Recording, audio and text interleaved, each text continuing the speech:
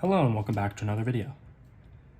In this problem, we're asked to graph the function by hand, y equals 2 times the square root of x plus 1, not by plotting points, but by starting with the graph of one of the standard functions, which here we have y is equal to the square root of x, and then applying the appropriate transformations. So we have two transformations to do here.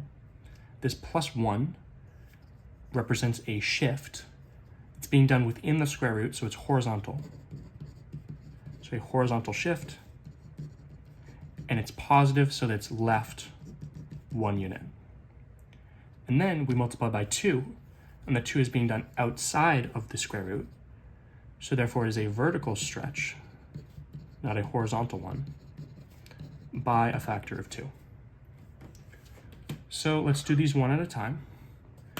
If we're going to be moving left, we should probably have the negative numbers here. Moving to the left one, I'm going to do this in pencil because this is some intermediate step that we're going to have to erase.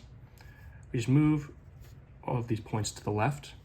And this is a horizontal shift, so it follows the same shape as the original function. It has just been moved to the left. And then you do the second step, which is a vertical stretch by a factor of 2.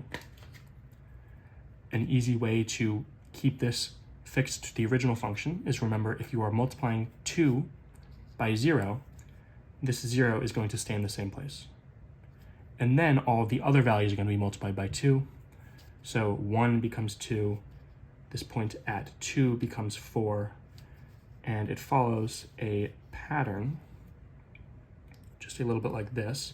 Sorry, 2 is right here, so 2 should be 4 right there. Whereas the same general shape, but now it has been stretched by a factor of 2. And now we can erase the intermediate function. It is no longer necessary.